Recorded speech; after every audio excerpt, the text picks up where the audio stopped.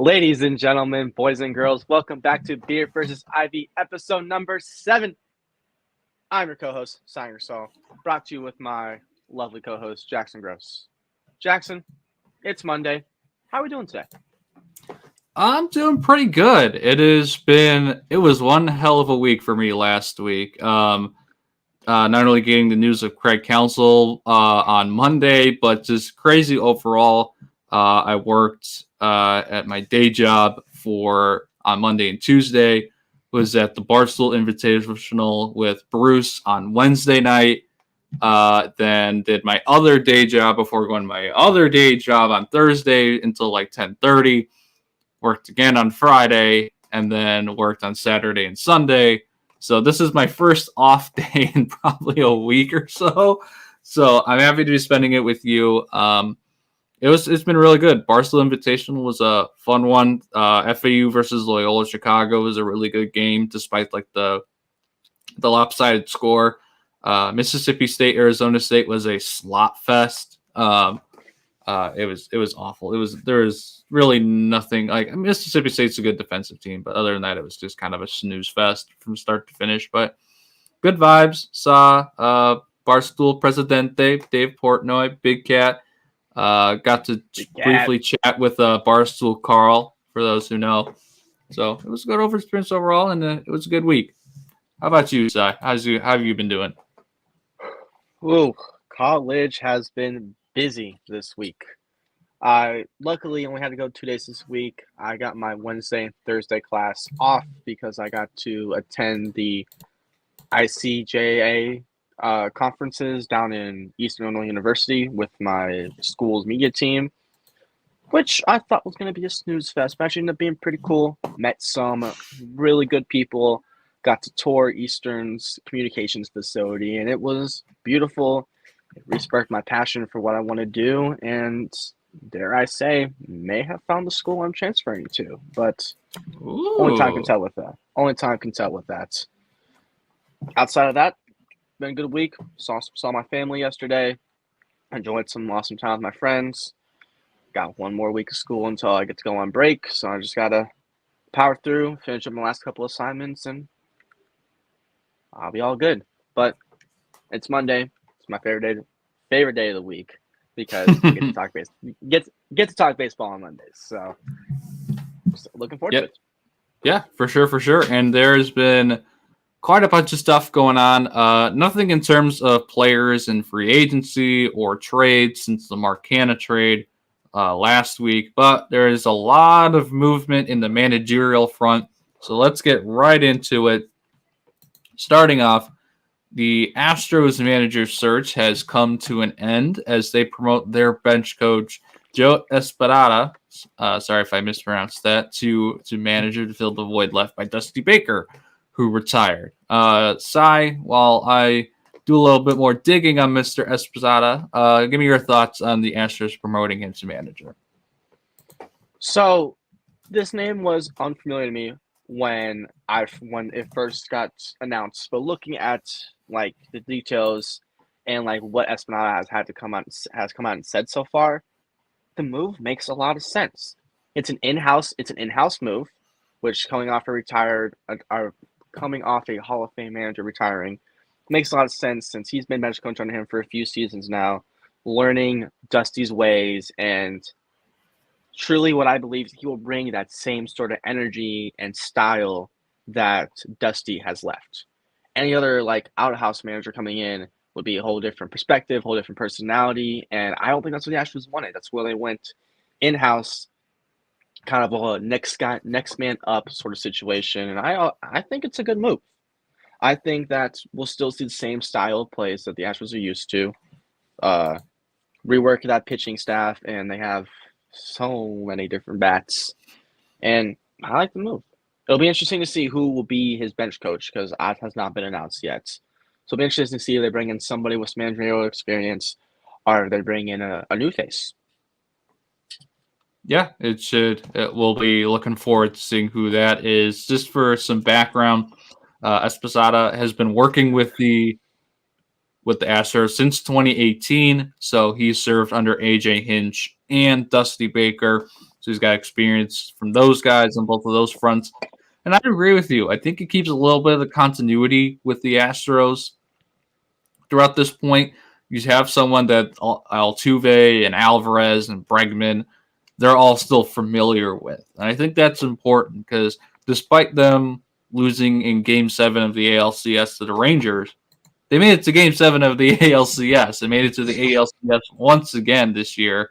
But I think overall, I think it's a good move. I think there's a little bit of history too. He's the 20th manager in Astros history.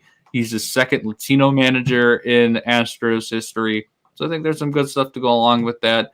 I really like the hire. It'll be interesting to see how he does. This is his first managerial job.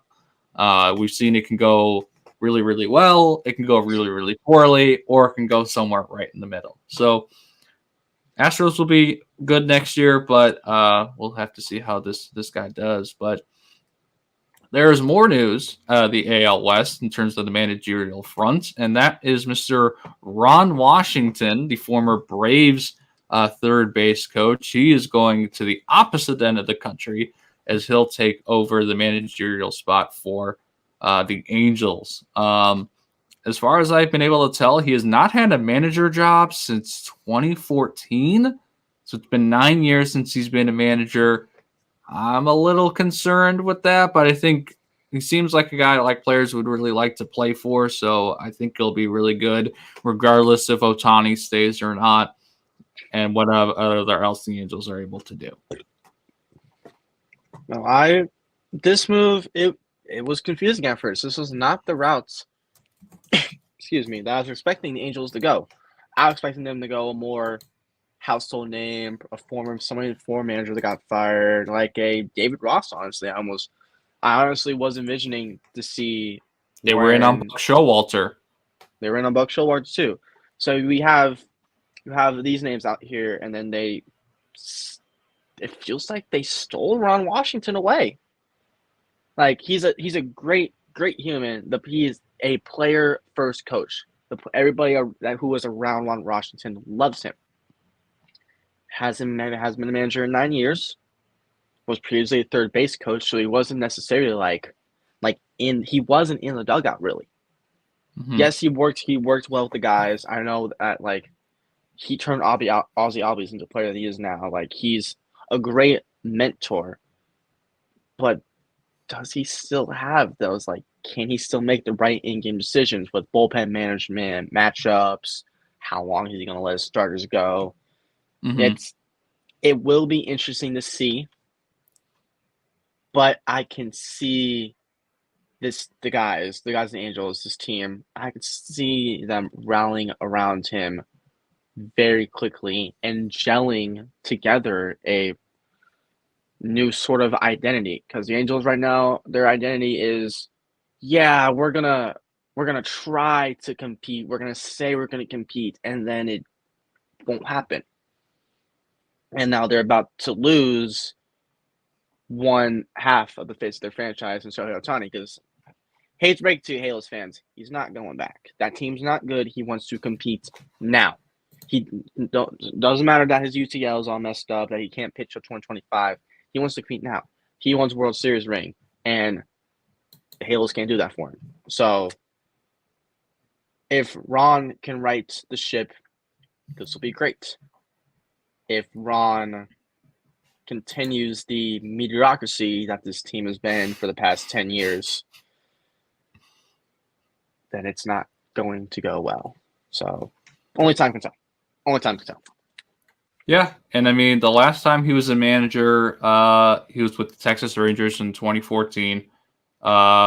In that time, he did make it to 2 World Series with the Rangers in, I believe it was 2011 and 2012. Is that right? But they had 2011, last season. Yes. Don't know about 2012. I think it was 2012 because 2013, I think wasn't that was that Tigers and Cardinals or Red Sox and Cardinals? Red Sox and Cardinals, because Big Papi owned our franchise. Yes, he did that to a lot of teams. So don't feel too bad. He did that to the Yankees, the Tigers, Cardinals, a lot of teams. Whatever. Yeah, he went 53-87 in his last season, but his career record as a manager 664 and 611. So he over 1,200 games of managerial experience for Washington. So I think he'll be fine. I'm happy to see him get another opportunity. He's 71 years old, so hopefully I think this was great for him to get one more managerial opportunity. But there are still some managerial spots open, though, including the San Diego Padres. And one name that Cy hates with a burning passion has been brought up, and that's Mike Schultz. I believe he's their current bench coach. He's been rumored as the top candidate for the job. Cy, you tweeted this out on Twitter when the first news first came out. I'm letting you have the floor on this one. So first of all, I don't think he's a bench coach. I think that he got hired into some weird made up position after he got fired from the Cardinals because of the last iffy differences. No, Schultz, you sucked. Point blank period. Your NL championship title was a fluke. You got blown out by the Padres with your one real postseason experience, and then you go to the team that blew you out, get some former Cardinals on your team, and just why are we letting Mike Schultz manage again? Because it is not just the Padres. First name was Padres. All the big names tweeted out. They're like, oh, Mike Schultz in the rumor. Mike Schultz might get another opportunity. But tell me why. Tell me why the Milwaukee Brewers, out of all teams, have now come to the mix saying, Mike Schultz can manage for us. No. No. Milwaukee. Have y'all not learned? Have you not seen what Mike Schultz has done to the St. Louis Cardinals? He was not great. The record might show otherwise. But he's no. No. This guy should not manage a team ever again. He does not know how to run a bullpen. He will. Does not matter if your player's in a 12-game slump. He will still start you in the 4 spot. He does not matter who you are. He's not. He'll get passionate about Boston strike calls, but then again, any manager would get passionate about Boston strike calls. He's not good. If I would want Rick Renteria as my manager instead of Mike Schultz. Wow. But that's saying something. I want the Renta manager instead of old man Mike Schultz, who has never even played a Major League Baseball game. He thinks he's some baseball nerd. He don't know what he's talking about. But, the Padres are a fraud front office. They're a fraud team. They're going to sell half their team. Same with the Brewers, honestly. It actually that's poetic. You're going to have Mike Schultz go to a rebuilding team, and he's not going to rebuild it. That's kind of interesting to think about. You can give him a winning team, he'll make it suck. If you're going to give him a team that sucks in the first place, it's only going to get worse. He's not going to make it better. He will hop on your ship, and it'll go straight to down. Oh, my God. Case in point. If the Padres let Mike Schultz manage their team, because he is a front runner, don't know how. When there's names like Buck Showalter, David Ross. I don't even know who else is on the market. I don't think Phil Nevin's on the market anymore. I don't know. I don't care. Now I'm mad. I made this like Ollie Marmol. Do not get me wrong. The rookie manager who's younger than my dad, for goodness sake, he's at least doing a little bit better of a job than Schultz did. But then whatever. I hope the Pirates hire him actually, because then they're gonna realize why the Cardinals fired him. And if the Brewers do it. I don't care. The Brewers are about to become a fraud of a franchise as well, because it sucks now that nobody wants to play for your team, that you're willing to trade everybody. That's embarrassing. Y'all just won the NL Central. What happened? Why are you tearing it down? Whatever. I hope the Padres hire him. Actually, no, because then that team will suck even more. And I don't like the Padres. Then Juan Soto's going to want to leave. Then Tatis going to want to leave. Then Machado's going to regret signing this big old money contract. And just... Well then. Well then. That's how I feel. Rick Renteria is a better manager. That's all I'm saying. And that's saying something. Yeah, I mean... Give me I think my it rent manager. at least Renteria brings some level of like stability, and he's kind of where you're gonna get out of him. And I mean, you could say the same about Mike Schilt, but I think the Padres are not in a position. But maybe again, if they're looking for a guy who can just kind of coast on having a good roster, then I think Mike Schilt would be perfect for the Padres. And Phil Nevin did interview for the Padres job, so I don't think he's Yeah, I signed wasn't anywhere thinking. else up to this point. So Padres. But That's why Juan Soto is going to get traded. that and the fact that they had to take out a $50 million loan for payroll. So they're going to start cutting some payroll real soon. But I hope AJ Preller realizes his philosophy differences in 2 seasons after his team sucks because Mike Schilt can't manage a team to save his life. Sorry, Mike, but it's true. That's why Mike Matheny was better than you anyways. Yeah. Mike Matheny was a pretty good manager, I'm not going to lie. He was a rookie manager too, which makes it even better. Yep. I guess Mike Schilt was too, but when you're a homegrown managerial candidate from the St. Louis Cardinals, you're not going to be that great. Yeah. Just speaking the truth. Yeah, very true. But speaking of NL Central teams and NL Central adjacent things, today was a big day for the Chicago Cubs as they introduced one Mr. Craig Counsell today, making him the 56th manager in the over 100 and some odd year history of the Chicago Cubs. Here are a couple of my tweets. I was watching the press conference when initially popped open. So here's just some of the things that we have here today. So here's him with Jed Hoyer and Carter Hawkins over here, what I call the new big three in Chicago. That's really fun to look at, in my opinion. I think this is going to be a new great era Cubs baseball. And then I do have a couple of things here. He is just putting on the Cubs jersey for the first time. Looks great in there. Just beautiful. Much better than the yellow of the Brewers stuff. Just so much better. And then, here are a couple of things that Craig Counsell said today at his press conference. This was him talking about his managerial free agency and his philosophy going through it. He said, I wanted a new challenge into where he had to push himself, and that's all about growth.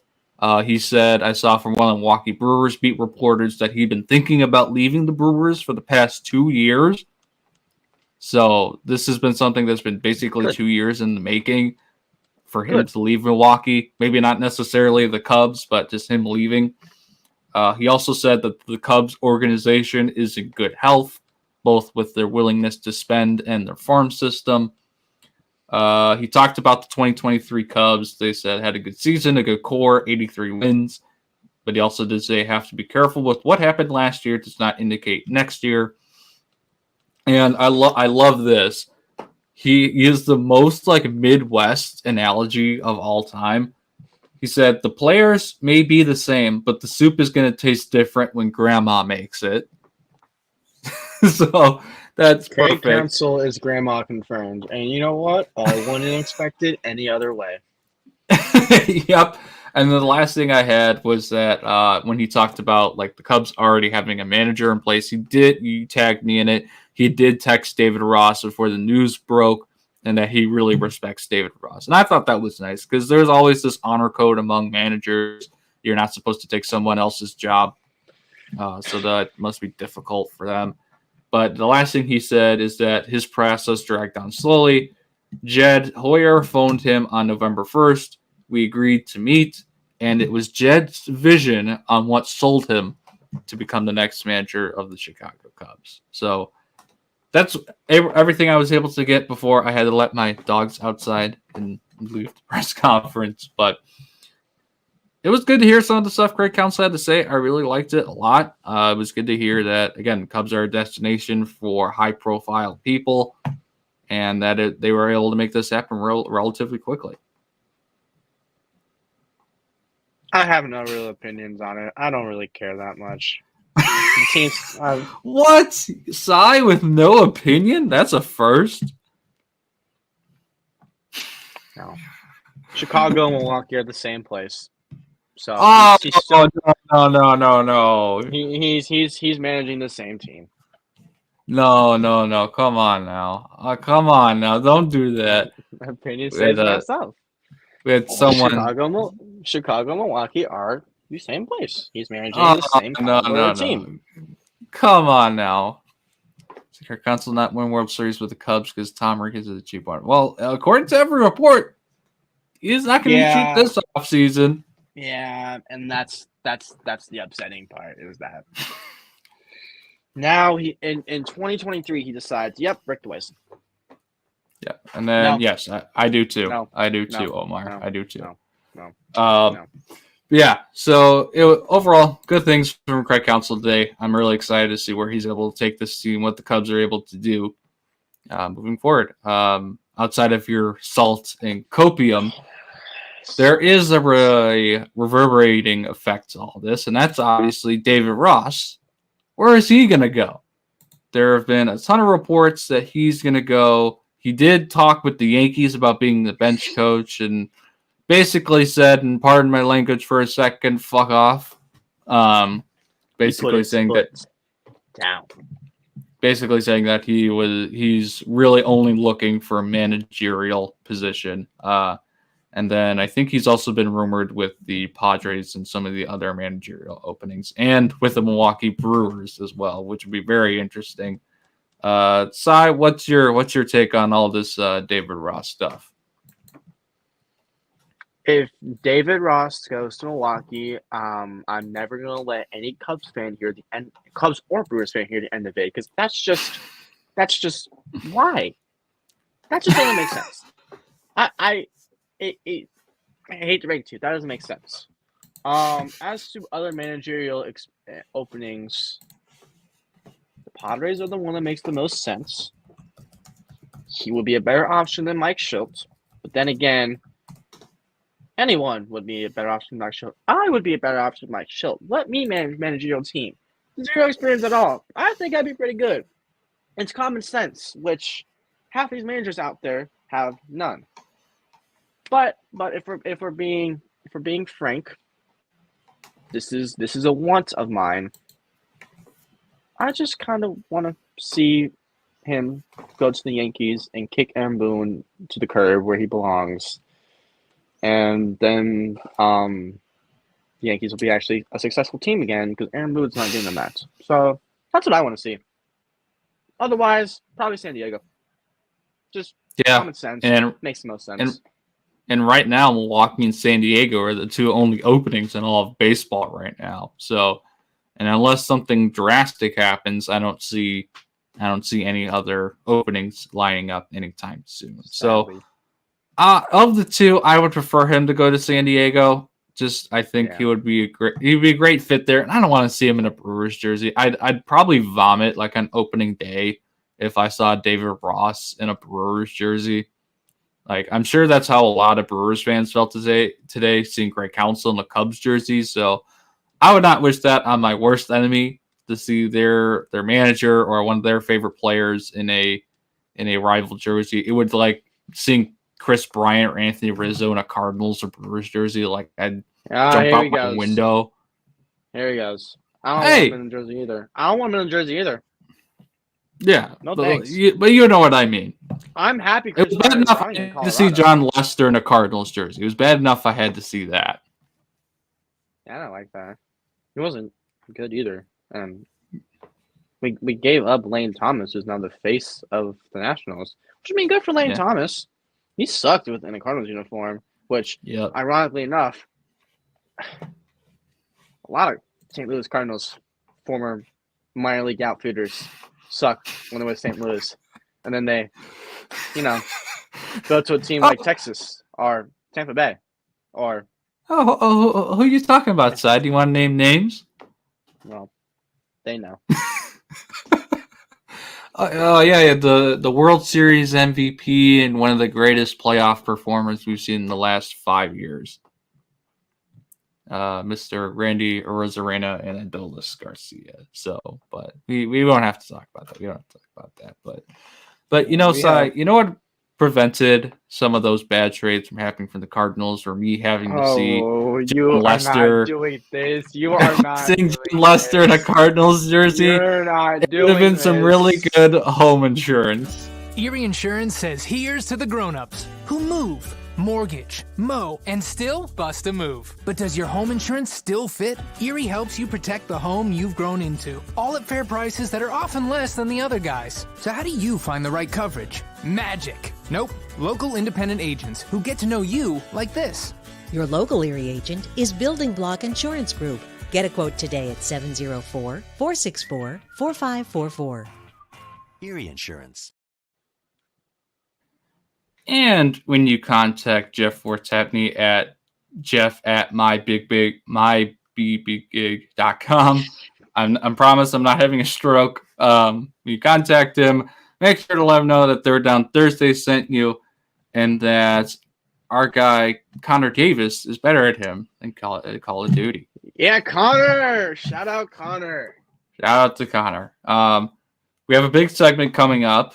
We have two big segments coming up, but I wanted to start with this one because it's always one of my favorites, even though the baseball season is over, and that is Sai's Underdogs. Sai, what do you got for us tonight for Monday Night Football?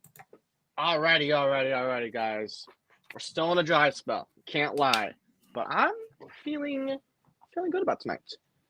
It's Denver and Buffalo. It's going to be probably a high-scoring matchup because, actually, yeah, it's probably going to be a high-scoring matchup, sadly, because neither defense can really seem to defense. That made sense. But Russell Wilson, higher than 0.5 interceptions. It's Russell Wilson. Buffalo's going to do some sort of finessing. He's going to throw a pick to Josie Jewell. Actually, no, he won't. That's his own teammates.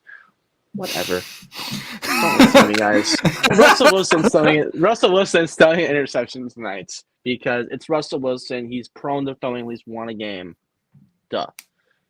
Stephon Diggs, higher than a half a touchdown. Come on now. Easy. It's Monday Night Football. Diggs is going to have a TD. It's going to be on Patrick Surtain's dome, so it's going to be even better. Yeah. Can't go wrong with that. Cortland Sutton, higher than 3.5 receptions. That just feels like it. Okay, it feels like easy money. The attention's going to be on Jerry Jeudy. My hope is that Sutton can just go up the line and get some easy receptions. It does scare me, though, because that wide receiver core in Denver is as hit or miss as... Mm-hmm. As someone who drafted Cortland Sutton in fantasy, I relate. Yeah. My stretch, my big general bet of the night, because I wanted to double my profit somehow. So I took the Latavius Murray higher than half a rush touchdown receiving touchdown. Why? Because I don't know what Buffalo's doing, what they're smoking, or what, but they just, if their goal line, Latavius Murray's the back and not James Cook. And I think it's quite entertaining because Latavius Murray was good about 5 years ago. But he's getting touches and he is scoring. He will he'll rush for seven carries, 22 yards, and a touchdown. That's his stat line like every single game. Mm-hmm. So I was like, it's going to happen. And then another should be slam dunk. Josh Allen higher than 33.5 passing attempts. He's been throwing about 39 a game.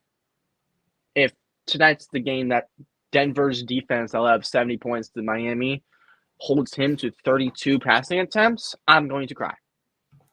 Hey, you also got to think they held Patrick Mahomes to 9 points. So that's crazy to think about. The same defense that allowed 70 to Tua and the Dolphins is the same team that allowed 9 to Patrick Mahomes in the same season.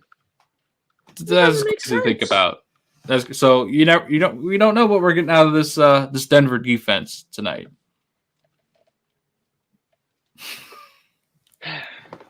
Hurts my soul because I need some money. I need a bet tonight. Because yesterday I had a 5-leg parlay that was this close to hitting, but Sam Laporta forgot to play football. Titan University goat himself saying reporter cuts for football, and it made me really sad. So I need some money. I need good vibes, good energy. I'll send you some good vibes. I promise. I haven't won a bet since NBA opening night. I'm on a very much of a dry spell. It's been over 2 weeks. I'm betting a couple of things a day, probably sometimes depends on the day. I don't know. I'm really prone at it'll be halfway through a game. I'll be looking on underdog, and then I see a couple that look like they should hit.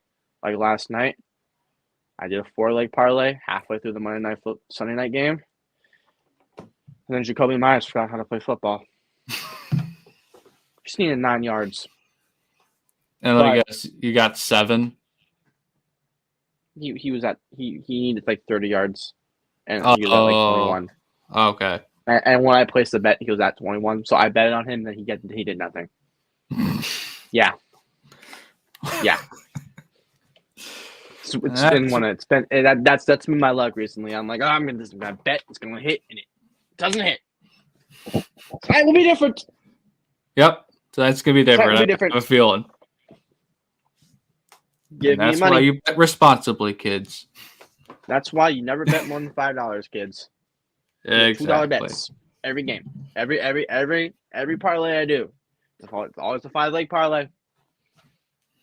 It's always $2, and 9 times out of 10, they're always gonna be higher. However, I've been betting low recently, here and there. I'll put like one lower in there, and the lower sometimes hits. But the lower gives me anxiety. I'd rather go for the higher. They're more likely the higher than the lower, unless they want to suck at playing football. So bet the higher. Yep. Here first, kids. Yep.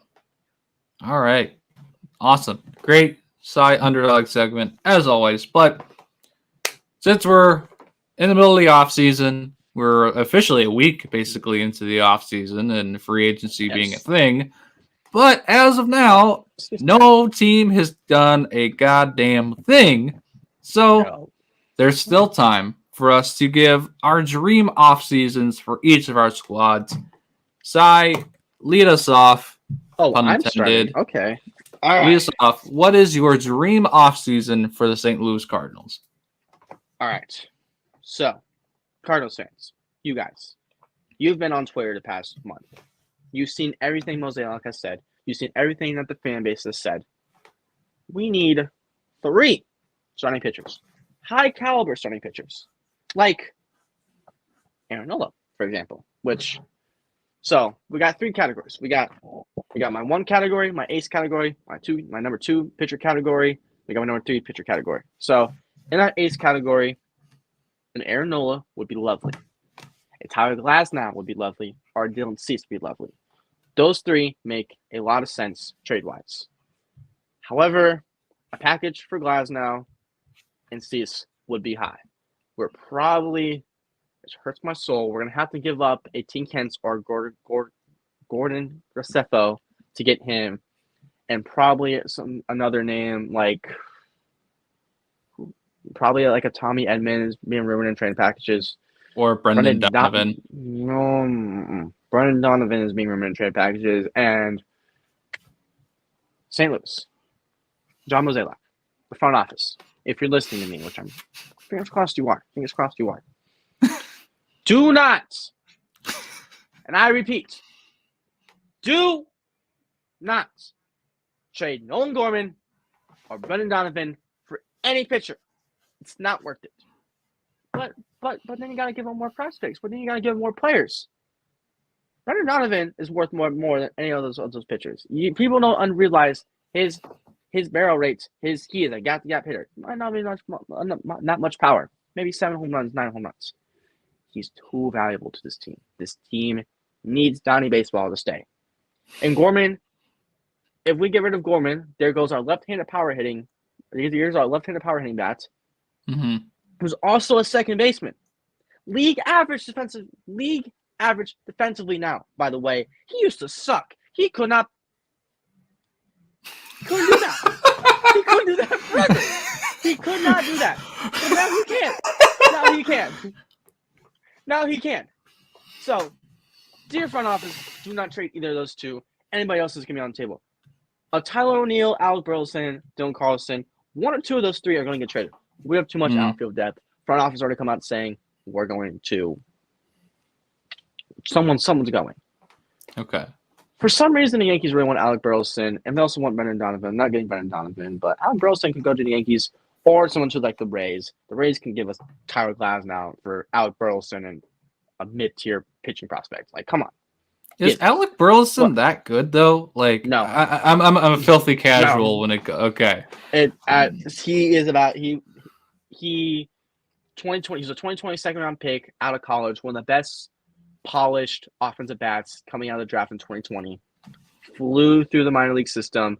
Spent all year this year in the majors. Not one minor league game, which only him and Wilson Contreras did not play a single minor league game for the Cardinals this year, who were like a starter, who were like on that 26-man roster, which is very notable. But he can hit righties. He's a corner outfielder, first baseman. Like, not terrible. He's slower, but like his swing, if he trains to the right team and it tweaks his swing a little bit, that is a left-handed bat. He's a bigger man. Yeah, I remember him now. I would hope you do, because Mike Kaufman robbed him for a walk-off home run.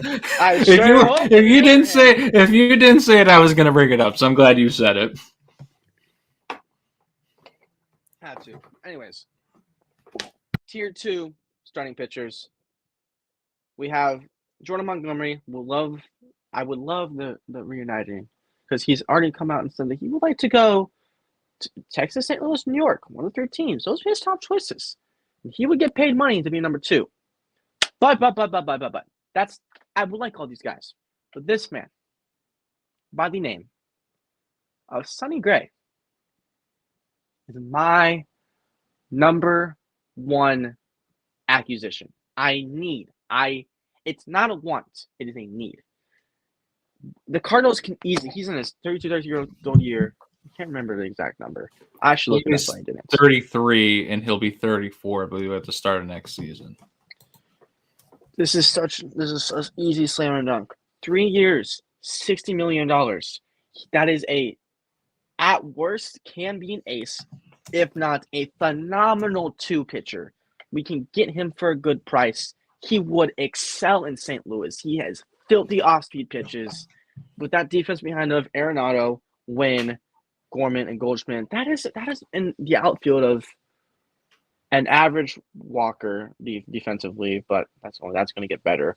Brendan Donovan will probably be in a corner, and then Newbar in center. Like, Sonny Gray would excel, and he is an AL Cy Young finalist. He can replicate that season that he had this year, next year with St. Louis.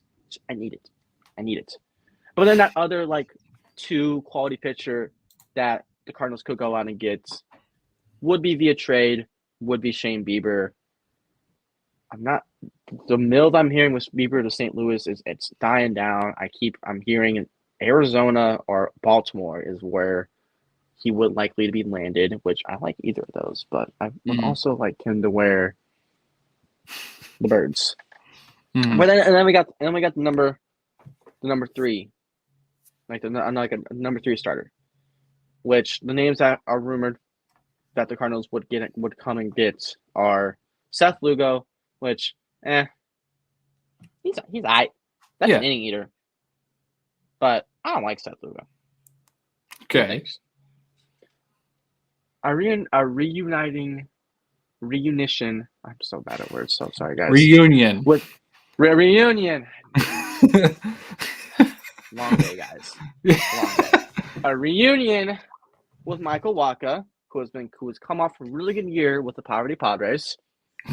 Would like to see that, but okay.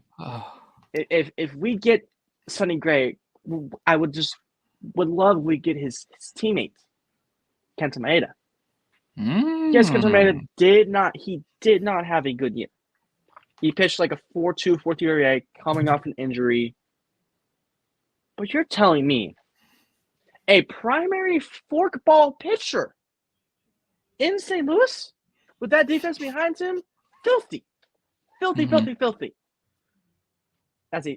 gets strikeouts. He gets the ground ball rate. He does what some Cardinals pitchers last year, Dakota Hudson, sorry, I had to get that out of my throat, couldn't do. So, give me. That's what I want.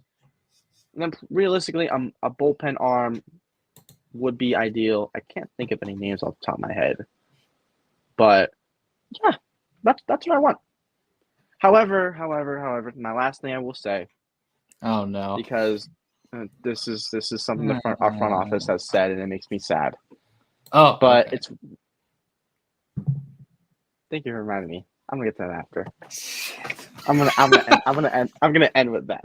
But the front office has said they're gonna come out and get 2.5 starters, 2 bona fide, good names, and then a spot starter, someone who could be a long reliever, someone who could be a spot starter as need be. And I don't like that take at all. I don't think we should do that. But oh well. Yeah, I can't do anything about that. But since this is my dream, I tweeted it earlier, but I have to say this because you're going to say it too, but Shohei Ohtani, you are a St. Louis Cardinals. Oh my God! You're going to be out here. You're going to be like, but Cy, he needs to go to a competitive team. The Cardinals aren't going to be competitive. Yeah, we don't know that. Nobody knows that. People think they could be. People think they couldn't be. It's very much up in the air. People said the same thing with the Angels. Look what happened to the Angels. Mm-hmm. But Lars Nootbaar, our fan, our biggest supporter, already has that bond with Shohei Ohtani. He's already trying to get him to come to St. Louis.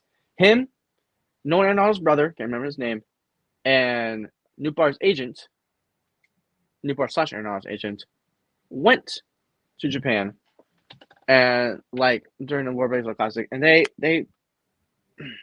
are recruiting him. They have the bonds. Bring Ohtani home. It's like I say, same home. Thing. Oh my God! Because it's not Chicago.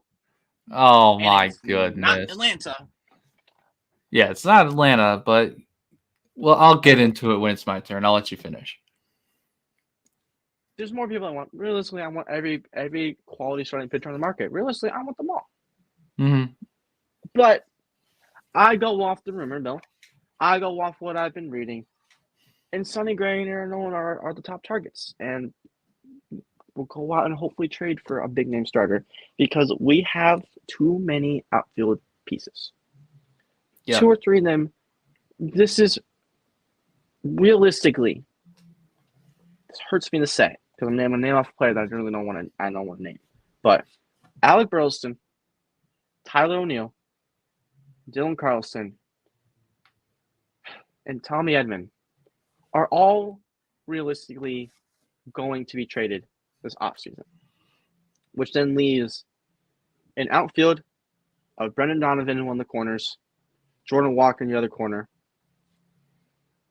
Lars Nootbaar in center, and Richie Palacios as our 4th outfielder, with Arenado at 3rd, Mason Wynn at 2nd, Nolan Gorman.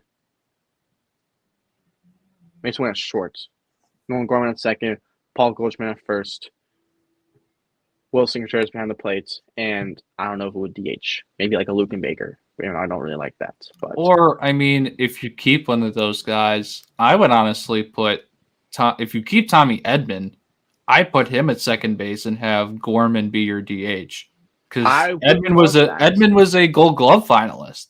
Oh, I know. I would love that, but Tommy Edman and Brendan Donovan have the most value attached to their names, and the Cardinals want to go out and trade for a starting pitcher of quality, not some bum. They want a quality starting pitcher. So one of these names and some prospects are going to have to go. And it's going to hurt because we just retooled this farm system. We're probably going to get rid of about half of it. So only time can tell. I'll range it for long enough. Go into your Shohei Ohtani and Cody Bellinger rant because I already know that's what you're going to talk about. And it's crazy because you're not getting Shohei Ohtani. Well, you would most likely be right, but according to at least a lot of the recent odds, the Cubs are the number 2 team behind the Dodgers to land this beautiful man right here in his correct colors of blue and red and white. But yeah, no, I'll just jump right into it. I think Shohei Ohtani would be the perfect, that superstar player. Cody Bellinger was really good last year, but he still wasn't quite that 2019 MVP self necessarily. And in 2025, you're getting a top 10 pitcher in baseball on top of a guy who can hit 40 to 50 home runs every season. So, and I will say, the first time Ohtani was coming to America, the Cubs were the only team not on the West Coast who got a meeting with Ohtani. They were one of that initial grouping of teams that were in on him when he first came over. And from Morosi over at MLB Network, he is less concerned this time around with geography in terms of where he wants to go. He wants to go to a competitive team. I think the Cubs, if they get him, plus with some of the other moves I have in mind, I think would be an incredible spot for him. I think more likely he'll go to the Dodgers, but I credit the Cubs for trying to make the move and trying to get him with any way possible, because that's what big market teams should do. Now, yes, what's up? News. I want to know, because we mentioned this earlier. Phil Nevin is among the finalists becoming the Padres manager. John Morosi just came out about 3 minutes ago saying that. Okay, so it's that probably position. I mean, it's probably Phil Nevin, Mike Schilt, and a mystery manager. So notable. Yep. Notable. Okay. My offseason is split into 2 parts. Obviously, I have a few free agency signings, and I have a couple of trades that I have in mind. Here we go. So free agency, you go out and spend the big bucks, you get Ohtani. That's step 1. Step 2, you re-sign Cody Bellinger. I like PCA. I think his defense and speed and base running is at an MLB level. I love it. His hitting, I don't even know if he got a hit in his entire time since he got called up to the major leagues. His hitting is still a real concern for me. We'll see if he can improve with an offseason and spring training in the majors, but that is a concern. So, re-sign Cody Bellinger. He can play center field and first base at a Gold Glove level. You can DH him some days. He's that good of a hitter. Yes, some of the whiff percentages and the barrel rate was not super great, but you can't go wrong with hitting over 300, over 25 home runs. I think over 90 RBIs and 20 stolen bases with near Gold Glove defense. So that's a must. I think getting Cody Bellinger is a must. And then I have one more big piece, and that's getting Matt Chapman to man the hot corner. Easily one of the best defensive third basemen in all of baseball. His bat tailed off of the last half of last year, but to start out, he was really, really good. I think maybe in a different ballpark, different change of scenery out of Toronto, out of that mess. I think we're getting close to 20 home runs and 80 RBIs per year out of Matt Chapman, which would be perfect with Gold Glove and Platinum Glove defense. And then lastly, I have the Cubs picking up a couple more bullpen arms out of the free agency pool. I got Wandy Peralta, stealing him away from the Yankees. The Cubs need another left-hander. And I love everything I read about Wandy Peralta. I put him in my initial. Yeah, I was just to say I put him in my initial dream offseason for the Cubs before I knew Craig Counsell or Ohtani would even be possible. So there's that. And then I also have them getting Shelby Miller. He was really good with the Dodgers last year. The Cubs need some more bullpen depth. And you might remember more than me. Wasn't Shelby Miller supposed to be like the super prospect with the Braves, and then he kind of flamed out? Or was it the Cardinals? I can't remember. I know he was. It was with the Cardinals, and I think it was an injury that got him. Yeah, I think we either traded him to the Braves or released him when the Braves picked him up. But no, Shelby Miller. First 2 seasons, Shelby Miller was St. Louis. Him and Waka were vital to what we were doing in 2013. Vital. Mm-hmm. But the only reason why he's even teams are even contemplating giving him a major league offer is because the Dodgers brought him in for nothing, brought Brian Brazier in for nothing, and reinvented them both. And I just think that's kind of crazy. So thank you, Dodgers, for giving my boy Shelby Miller a bag. Yeah, Shelby Miller, shout out to him. But yeah, I think he would be just some good depth for a right-hander for the Cubs.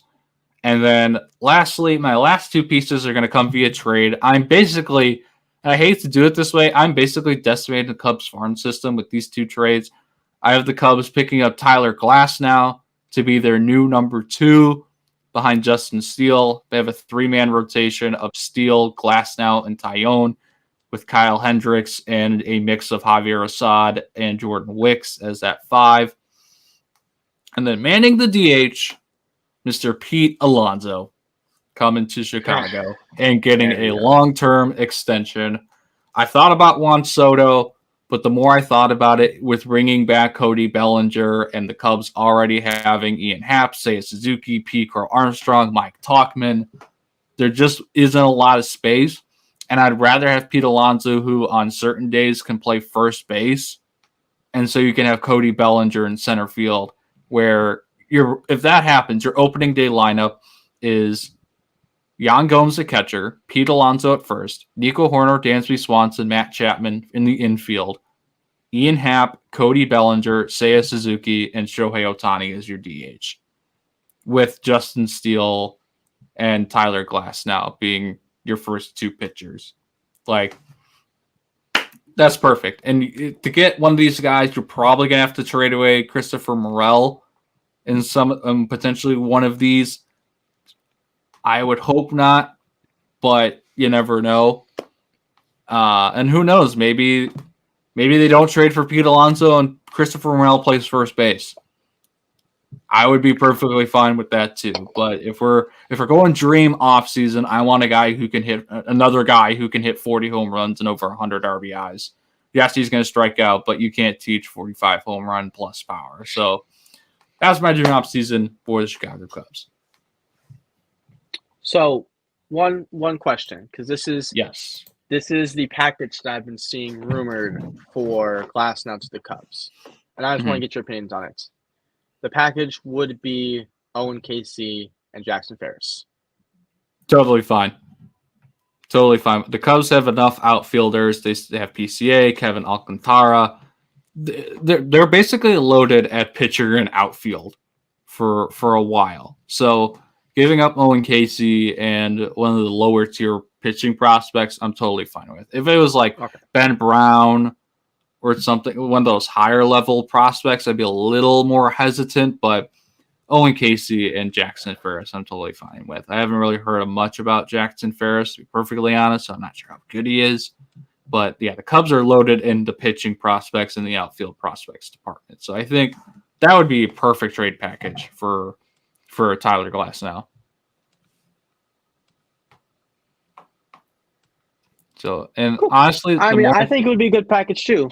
I just know that Owen Casey is number 3 prospect right now in the Cubs system. So that's why I want to know that. I know Ferris, I think, is top 15 or top 10. So yeah, and yeah, again, like I said, the Cubs are loaded at outfield both at the MLB at the minor league level. So I would not be too concerned. And you have to trade some of these guys to get good players at some point. You talked about it with the Cardinals potentially trading for a pitcher. You're going to have to give up some of these top prospects at some point if you don't see them playing, and you're already loaded at that position at the major league level. Like if the Cardinals had another super prospect in the outfield, you trade one of your guys at the MLB level or prospect to get a guy. So that at another position of need. And the Cubs need another starting pitcher. I like Marcus Stroman, but the Cubs need someone who can strike guys out. Whether that's getting him or Blake Snell, they need someone who can get strikeouts. You could bring Stroman back for 4 years, $80 million. That's what's. I mean, I just saw a tweet from the Cardinals because I don't believe this. Supposedly the Cardinals are in on Marcus Stroman, and I might jump off I'll jump off my second story balcony right now if I see any news of Stroman and St. Louis, because I can't do that. I've speaked a lot of bad things on Marcus Stroman's name last season in particular. I think at a point I was blocked by Marcus Stroman. I will not lie. So I don't think I can. I do not think I can do that. Oh my If gosh. if I do, I will formally apologize on Twitter for. Anyways, I'll formally apologize to Mr. Stroman if he does. But man, I hope not. That'd be so. And you better tag Marcus Stroman in that post if he signs with the Cardinals. I will. I'll be like, at Stroman, I'm sorry for ever speaking any bad things on you again. Signed, me. You're now new biggest fan. Easy as that. That's how you do it, guys. That's how you do it. Yeah. All right. But I think we have something for you to promote, Si. I think it's kind of become your tradition at this point. Isn't that right? Not yet. We have to get to the segment that I want, and then I'll do it. All right. So, next part of the show, the last part of the show, we got some MLB rumor mill going on right now. We looked this up on MLB trade rumors just to see what the latest is. Si's bring us new rumors throughout the entire show. Shout out to you for that. These two I thought were the most interesting. The first one, the Angels are looking to potentially sign Tim Anderson. Obviously, the White Sox declined their club option on him, so he's an unrestricted free agent. This is really interesting. I think I was reading they already have like Brandon Drury and Luis Rengifo who play the infield, but I think Tim Anderson would be a really great add for this lineup. Although I feel like it's kind of like every other move the Angels make where they sign a guy who they think is a star player, then ends up getting injured or underperforms, aka Anthony Rendon. But you're making some hand movements. So what do you got to say? All right. First things first. This is why I'm going to say no. I do not see where Anderson would play. Third base is taken up by Rendon, sadly. Shortstop is Zach Neto, their 2022 first-round pick, who skyrocketed through the minor leagues and debuted with the team last season. Yes, he got injured in the middle of the year, but Zach Neto is really good. He does everything Tim Anderson does. Maybe a little less power, but then again, Tim Anderson forgot how to hit a long ball. So we have that. Drury / Rengifo can play second base. And if anything, Rengifo at second. And I would say Brandon Drury at first. But then their 2023 first rounder, Noah Schondel, they called up like that, and he's playing first base for them. Yep. The Angels have no reason to sign Tim Anderson. There's no. Unless you're gonna tell me that Tim Anderson is gonna start over Zach Neto, their rookie, who they spent a first-round pick on, no. Unless you're telling me that they're going to somehow just basically tell Brandon Drury and Rengifo, hey, learn how to play the outfield, one of the corner spots, which I think Drury can, and Rengifo, I think they can, but they're less valuable out there than on the infield. Unless you're gonna tell me that they're just gonna completely cut ties with Anthony Rendon and Anderson's Timmy TA7, terrible nickname, by the way. Like, come on now. Is going to play third base. I call you crazy. But you know what isn't crazy? Our sponsor of Beer vs. Ivy, Dubby. Hey! So, as you might already know, but I like to tell you guys anyways, Dubby was formulated to give you focus and energy with no jitters or crash. Our formula contains vitamins, amino acids, non-tropics, including the patented Neuro Factor. There are no calories, no sugars, no fillers, no artificial colors, no maltodextrin. It is a great energy drink. It is a great formula.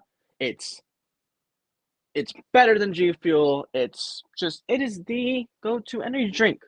You'll get energized. It'll be natural. You won't feel all jittery. You won't feel like you're going to crash like I'm probably going to do as soon as this show's done. You won't have any of that. I can use some W energy right now, but who needs W energy the most? Is that boy TA7. Because maybe Maybe. Actually, no.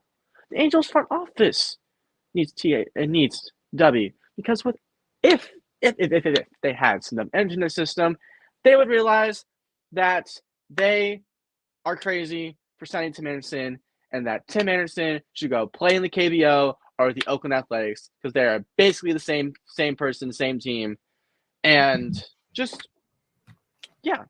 But if W sounds good to you, if you want to go try out some of their flavors, you want to go get involved with them, use our code Third Down Thursdays for 10% off.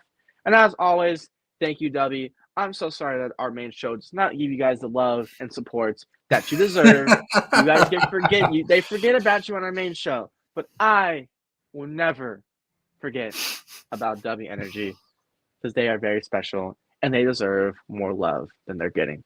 So thank you, W. Favorite sponsor.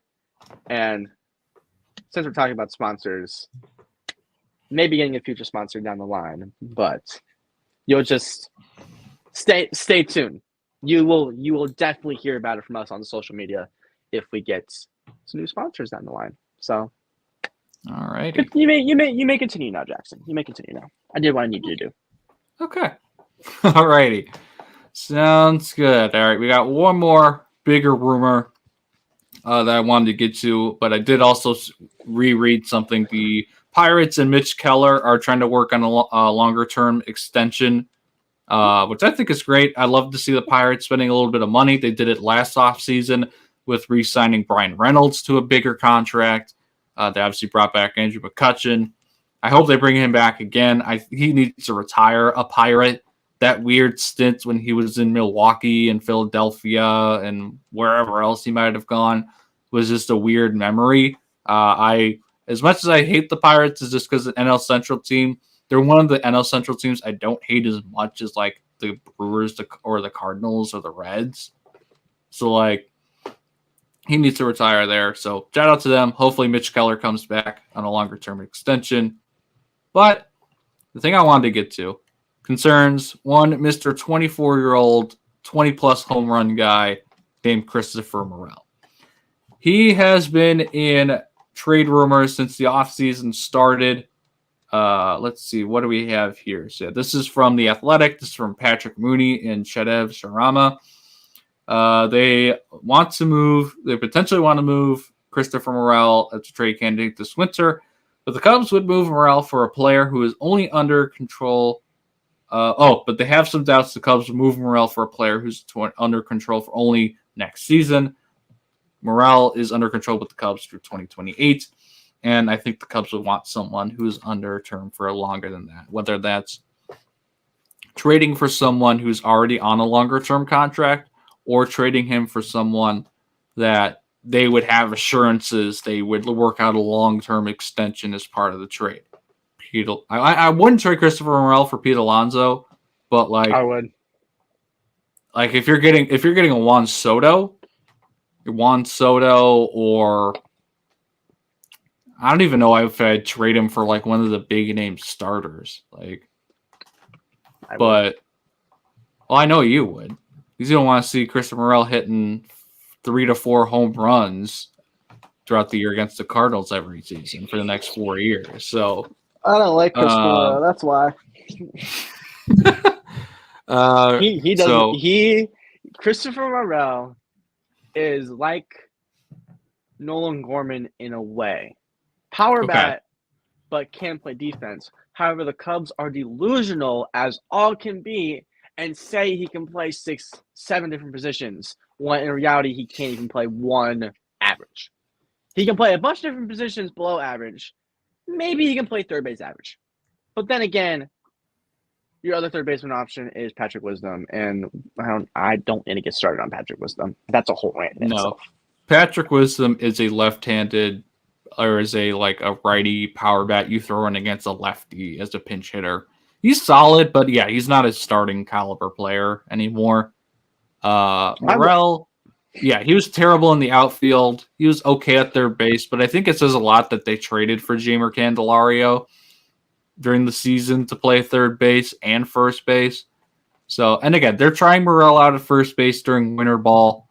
So that should be interesting to watch and see how he's able to do. If he can play first base at an average level and still bring you the same level of power, just on a bigger scale with being basically an everyday player at that point, I'm loving that. And again, unless you're getting Juan Soto or something along those lines, the Cubs have such a deep farm system where they wouldn't need to trade Morel for a Glasnow or Alonso, is what I'm saying. You can use your assets a little bit more effectively than shipping out a 24-year-old who just had 24 home runs for you and was one of your main power bats all season. So that's all I have to say about Morel. But it should be interesting to see what they do moving forward. Yeah, but good take. Yeah, and so Good take. we reached the bottom of the ninth. Is there anything else you'd like to say or like to bring up, Cy, that you have going on or coming down the pipeline? Actually, this is not baseball related, but shout out Caitlin Clark for becoming Iowa's women's basketball all-time leading scorer yesterday against Northern Iowa. Also, not shout outs to the AP polling for women's basketball, as Iowa should be the number one team in the league right now, but the number 2, and I'm kind of sad about that. Also, shout out Purdue. I meant to mention this earlier, but I went to the Minnesota-Purdue game on Saturday, and Purdue put up 49 points. This is the team that's 2-7 against Minnesota, a team that technically Iowa beat. But I'm not getting into that. That's also a whole nother rant in itself. So, yeah. And then shout out Bradley Braves too. We're 2-0. We beat UAB and we beat Utah State, which my recap article is up now on Thursdays. So go show some love to it. I actually really enjoyed writing it. Getting to fully break down the game-winning 3-point shot that we took in OT from our future 6th man of the year. It was really cool. And just, yeah, that's really all I got. Things are going good. Things are going good in the writing world right now. Yeah, that sounds awesome. Since we're talking about college basketball, shout out to the new number 4 team in the country, the Marquette Golden Eagles. They went 2-0 against NIU and Ryder. As we brought up earlier, I think Cam Jones won Big East Player of the Week. And shout out to the Marquette women's basketball team as well. They took out, I believe, number 23 Illinois as an unranked team. Liza Carlin won Player of the Week in Big East. So Marquette is unofficially ranked 31st in the country right now, but keep stacking some wins and they could keep moving on up. So shout out to them. Shout out to the random hate comment I got for retweeting about Cam Jones and retweeting an article that I had about him when I was at the Wire. So shout out to that guy. Hope you're having a great day. Find a job. There's some job applications for McDonald's out there somewhere. But yeah, no, things are going well. For those who haven't, please read my recap from the FAU Loyola game. That was a lot, like I said earlier, a lot of fun to cover. Dusty May is awesome. He's such a fun guy and really knows his stuff. He gave a really great quote about how he just wanted to kind of turn the page on last year, despite all the success they had getting to the Final Four. He was just kind of looking ready to see what this team could do. This number 10 team FAU could do. So it was a lot of fun. I should finally at some point have my Bears coaching search article done. I'm working on the last one. I got my top 3. You'll have to come out. That'll probably come out at some point later today or tomorrow. But things are looking good. And I'm excited. I'm going to be also, for NBA fans out there, I will be covering the Bucks versus Trailblazers game at Pfizer. So look out for that stuff on my Twitter. That'll be a lot of fun. But yeah, things are looking up, and I'm just excited. This is a good time in sports right now. We got basketball and hockey going on. Shout out to Connor Bedard, even though the Blackhawks lost. Connor Bedard had another multi-point game. He is the youngest Blackhawk ever to have a multi-point game. I think like he's 18 years old. He can't legally buy a beer until like 2026, and he's doing this stuff. He basically had a no-look goal against the Florida Panthers yesterday. So he's unreal. Shout out to him. And I think that's all we got. But we always have to end off with our favorite guy, Mr. Card Guy. Take us away. Woo!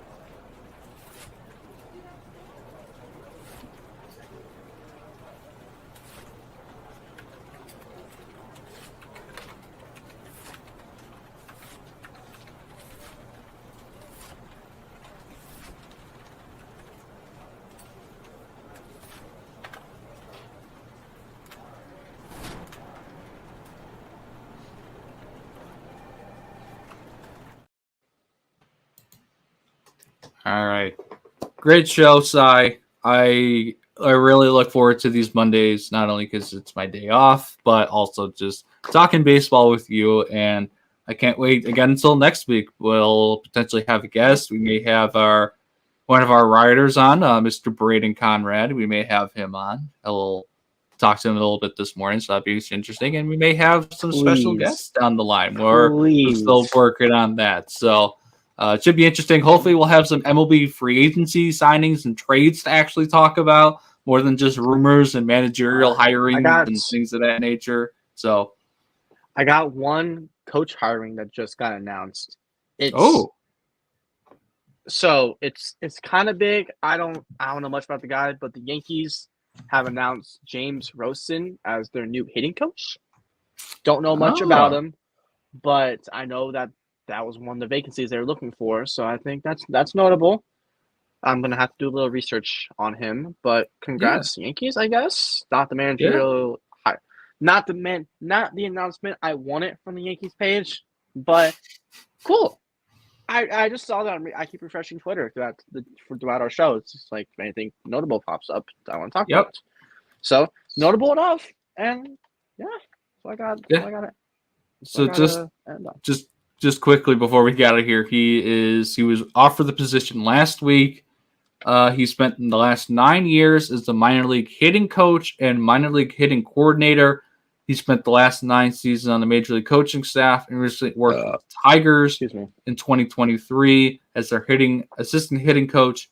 Rosen also served as a bench coach and offensive coordinator with the Marlins and the hitting coach with the Minnesota Twins. So I think he's coming to try and say, hey, Yankees, hit for average. Stop trying to hit tanks all the time. So, All right. Well, that's going to do it for us. We'll be back next week. Like we said, potentially have Braden Conrad on next week, potentially some other big guests we're trying to work out right now. So stay tuned for that. As always, thank you very much for watching, and we'll see you next week.